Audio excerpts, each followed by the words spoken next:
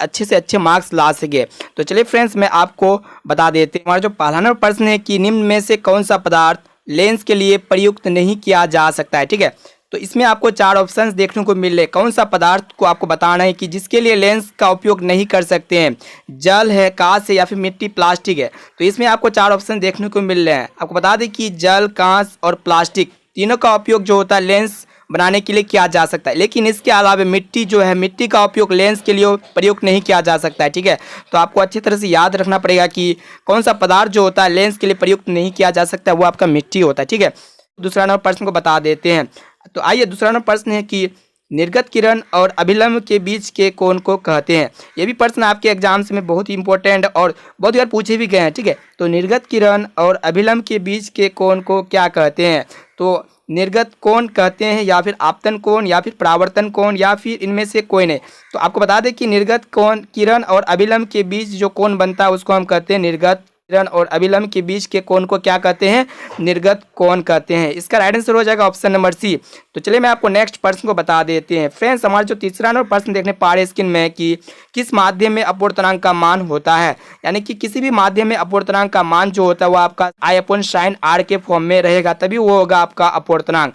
आपको बता दें कि किसी भी मीडियम में अगर अपवर्तनांक का मान रहता है तो sin I/sin r होता है। तो इसमें आपको भी 4 ऑप्शन देखने को मिले। देखिए, ऑप्शन नंबर ए में है sin I/sin r, option B में sin I बराबर sin r, और ऑप्शन सी में देखने पा रहे हैं कि sin I गुना sin r है। ऑप्शन में क्या है कि सभी उत्तर सही है। तो इसमें से राइट आंसर हो जाएगा आपका ऑप्शन नंबर ए, यानी कि sin I/sin r जो होता है किसी भी अपवर्तनांक का मान होता है किसी भी माध्यम में। ठीक है, तो चलिए मैं आपको नेक्स्ट प्रश्न को बता देते हैं। उदाहरण प्रश्न है कि सामान्य दृष्टि के वयस्क के लिए सुस्पष्ट दर्शन की न्यूनतम दूरी होती है। तो ये भी प्रश्न आपके एग्जाम्स के लिए मोस्ट इंपॉर्टेंट है और लगभग में हर बार पूछे भी जा सकते हैं, तो जरा किसके लिए बहुत ही इंपॉर्टेंट है। तो सामान्य दृष्टि के वयस्क के लिए सुस्पष्ट दर्शन की न्यूनतम दूरी, यानी कि आपको मिनिमम डिस्टेंस बताना है कि क्या होता है मिनिमम डिस्टेंस। तो कोई भी सामान्य दृष्टि होता है, कोई एडल्ट आदमी है तो उसके लिए उसके आँख में 25 सेंटीमीटर की दूरी होता है, यानी कि इसमें इसका राइट आंसर की बात कहा जाए तो ऑप्शन नंबर सी इसका करेक्ट आंसर हो जाएगा, यानी कि 25 सेंटीमीटर। तो चलिए मैं आपको नेक्स्ट प्रश्न को बता देते हैं। फ्रेंड्स, हमारा जो 5 नंबर प्रश्न है कि दूरदृष्टि वाली आंखें साफ साफ देख सकती है। आपको बता दें कि दूरदृष्टि वाली आंखें साफ साफ देख सकती है, अर्थात जिस व्यक्ति के आंख में दूरदृष्टि होता है तो उसके आंख क्या कौन सा वस्तु को साफ साफ देख सकती है। तो चलिए मैं आपको सभी ऑप्शंस को बता देते हैं। तो ऑप्शन ए है कि दूर की वस्तुओं को, ऑप्शन बी है निकट की वस्तुओं को, ऑप्शन सी है बड़ी वस्तुओं को, या फिर ऑप्शन डी में इनमें से कोई नहीं।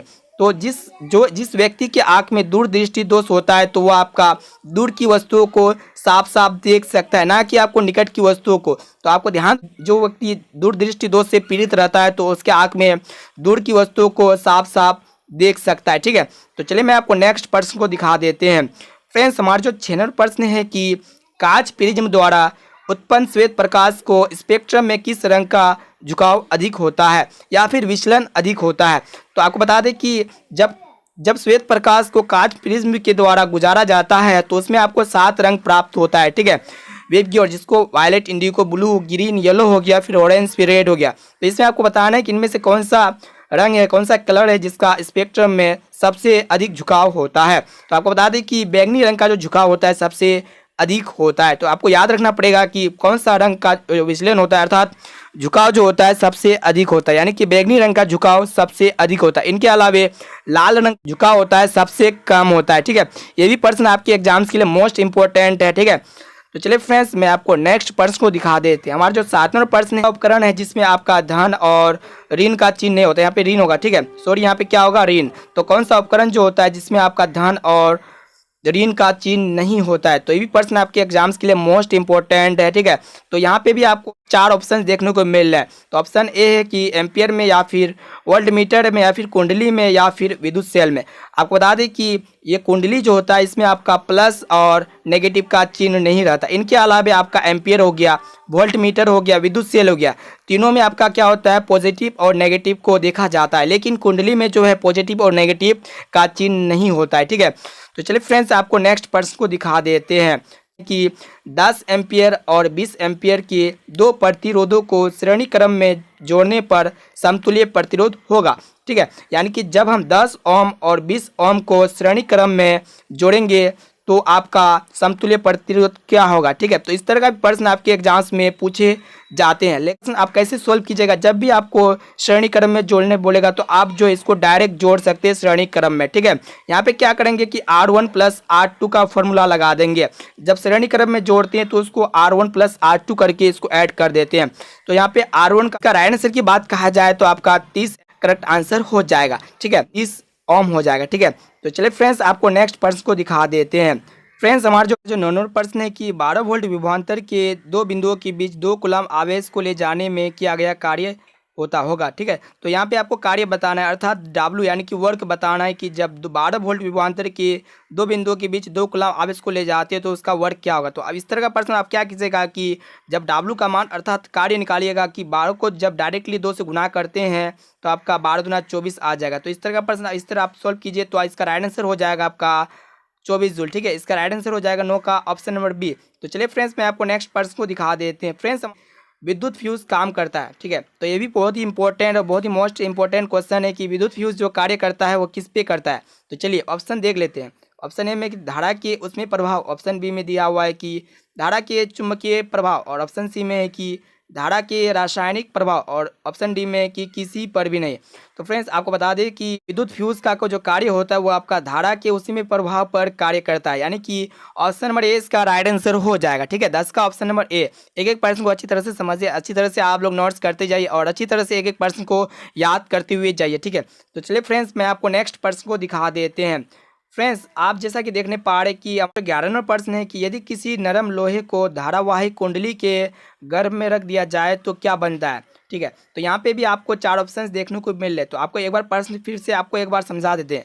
यदि किसी नरम लोहा को जब क्या करेंगे धारावाही कुंडली के गर्भ में रखेंगे तो उसमें क्या बनेगा, सामान्य चुंबक बनेगा, विद्युत चुंबक, या फिर कोई चुंबक नहीं बनेगा, या फिर बनने वाला चुंबक रेखीय प्रदर्शित नहीं होगा। ठीक है, तो इस तरह का प्रश्न भी आपके एग्जाम्स में पूछे जा सकते हैं। ठीक है, तो 11 का जो राइट आंसर की बात कहा जाए तो हो जाएगा ऑप्शन नंबर बी, यानी कि विद्युत चुंबक बनेगा। जब भी नरम लोहे को धारावाही कुंडली के गर्भ में रखेंगे तो क्या बनेगा, विद्युत चुंबक बनेगा। ठीक है, तो चलिए फ्रेंड्स मैं आपको नेक्स्ट प्रश्न को दिखा देते हैं। फ्रेंड्स हमारा जो 12वां प्रश्न है कि यहाँ पे 1 kWh यानी कि 1 किलो वाट आवर है। ठीक है, यहाँ पे आपको बताना है कि 1 kWh बराबर क्या होता है। तो 1 kWh बराबर क्या होता है। ठीक है, तो आपको बता दें कि 1 kWh बराबर जो होता है वो आपका 3.6 गुना 10 के पावर 6 जूल होता है। ठीक है, यानी कि 3.6 गुना 10 के पावर 6 जूल के बराबर होता है आपका 1 kWh, तुल्य होता है यानी कि बराबर होता है। तो चलिए फ्रेंड्स मैं आपको नेक्स्ट प्रश्न को दिखा देते हैं। फ्रेंड्स हमारे जो नेक्स्ट प्रश्न देखने पा रहे हैं कि नाभिक की ऊर्जा प्राप्त करने के लिए आवश्यक होए, यानी कि नाभिक की ऊर्जा प्राप्त करने हेतु आवश्यक है। जब भी नाभिक की ऊर्जा प्राप्त करते हैं तो उसके लिए क्या जरूरी होता है। आपको बता दें कि सिलिकॉन या फिर क्रोमियम या फिर आपका यूरेनियम या फिर एल्युमिनियम। तो फ्रेंड्स आपको बता दें कि नाभिक की ऊर्जा जब भी प्राप्त करती है तो इसके लिए आपका यूरेनियम की आवश्यकता होती है, यानी कि इसका राइट आंसर हो जाएगा ऑप्शन नंबर सी। ठीक है, तो चलिए फ्रेंड्स मैं आपको नेक्स्ट प्रश्न को दिखा देते हैं। फ्रेंड्स हमारा जो नेक्स्ट प्रश्न है कि जल से होकर विद्युत धारा प्रवाहित करने पर जल का अपघटन होता है, यानी कि जब जल से होकर विद्युत धारा प्रवाहित करते हैं तो जल का विद्युत अपघटन होता है। हाइड्रोजन और ऑक्सीजन मुक्त होता है तो हाइड्रोजन और ऑक्सीजन का आयनों का अनुपात होगा।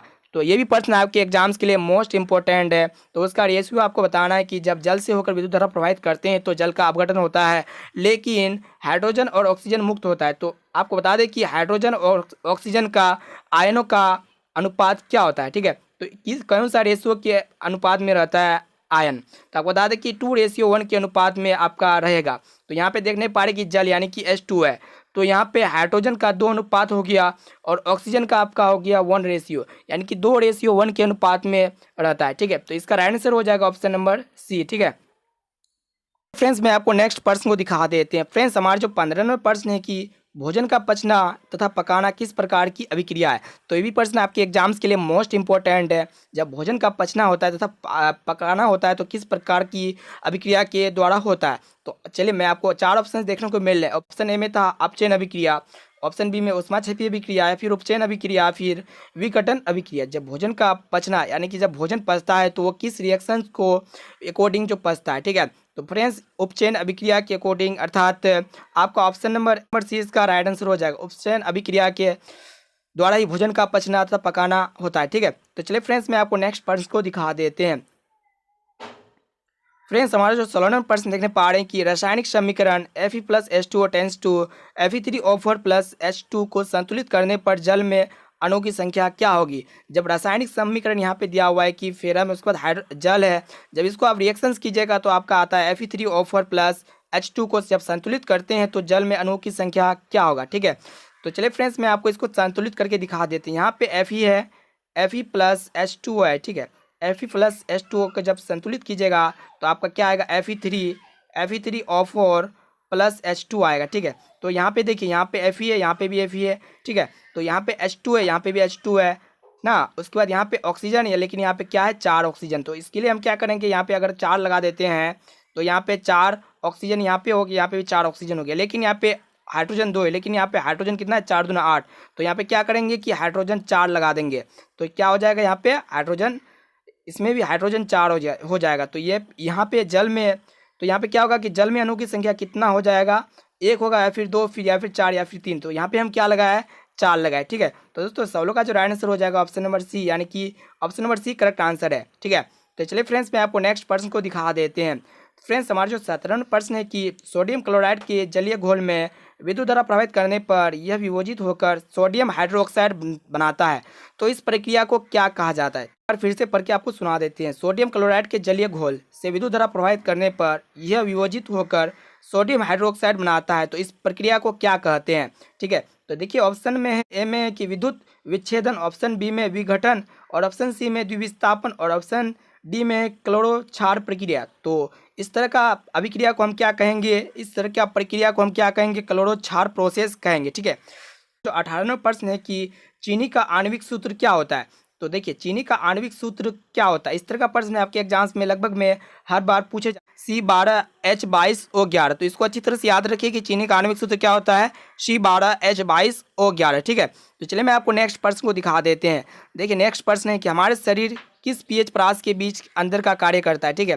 तो हमारा जो शरीर जो है किस पीएच परास के, यानी कि हाइड्रोजन परास के अंदर का कार्य करता है। तो यहाँ पे 0 से 6 या फिर 6 से 9 या फिर 9 से 11 या फिर 7 से 7.8, ठीक है। तो यहाँ पे जो है 7 से 7.8 इसका राइट आंसर हो जाएगा। हमारा शरीर जो है पीएच यानी कि 7 से लेकर 7.8 के बीच में ही हमारा शरीर के अंदर जो पीएच का कार्य प्रोसेस यानी कि ये पूरा होता है, ठीक है। ऑप्शन नंबर डी इसका करेक्ट आंसर हो जाएगा, यानी कि 7 से लेकर 7.8 के बीच हमारे शरीर के अंदर कार्य करता है पीएच में, ठीक है। तो चलिए मैं आपको नेक्स्ट प्रश्न को दिखा देते हैं। एक एक प्रश्न को अच्छी तरह से आप लोग याद करते जाइए ताकि आप लोग अपने एग्जाम्स में अच्छे से अच्छे मार्क्स ला सके। फ्रेंड्स हमारा जो 20वां प्रश्न है कि निम्नलिखित में से किसे चाकू से काटा जा सकता है। तो देखिए चाकू से किस किस को हम काट सकते हैं, इसमें आपको एलिमेंट्स दिया हुआ है, लिथियम है, उसके बाद कैल्शियम है, कॉपर या फिर आयरन है। तो देखिए यहाँ पे किसको जो है हम चाकू से आसानी से काट सकते हैं, लिथियम को या फिर कैल्शियम को या फिर कॉपर को या फिर आयरन को। तो फ्रेंड्स यानी कि हम लिथियम को जो आसानी से चाकू से काट सकते हैं, ठीक है। आपको याद रखना पड़ेगा कि कौन सा एलिमेंट है जो जिसको हम चाकू से आसानी से काट सकते हैं। फ्रेंड्स लिथियम को जो है हम आसानी से चाकू से काट सकते हैं। फ्रेंड्स हमारा जो 9वां जो 21वां प्रश्न है कि निम्न में से कौन यौगिक आयनिक यौगिक है, ठीक है। यहाँ पे आपको आयनिक यौगिक बताना है कि इनमें से कौन सा जो है आयनिक यौगिक का उदाहरण है। आपको बता दें कि यहाँ पे आयनिक यौगिक कौन क्या हो जाएगा। आपको यहाँ पे देखिए CaCl2, यहाँ ए हो जाएगा आपका आयनिक यौगिक, यानी कि CaCl2 क्या हो जाएगा आपका आयनिक यौगिक हो जाएगा। तो इसमें आपका क्या है आयन है, एक प्लस आयन है, उसके बाद आपका ऋण आयन है, ठीक है। आपका कैल्शियम हो गया आपका प्लस आयन, उसके बाद क्लोराइड हो गया आपका ऋण आयन। तो यहाँ पे आयनिक यौगिक क्या हो जाएगा, कैल्शियम क्लोराइड हो जाएगा, ठीक है। तो चलिए फ्रेंड्स मैं आपको नेक्स्ट प्रश्न को दिखा देते हैं।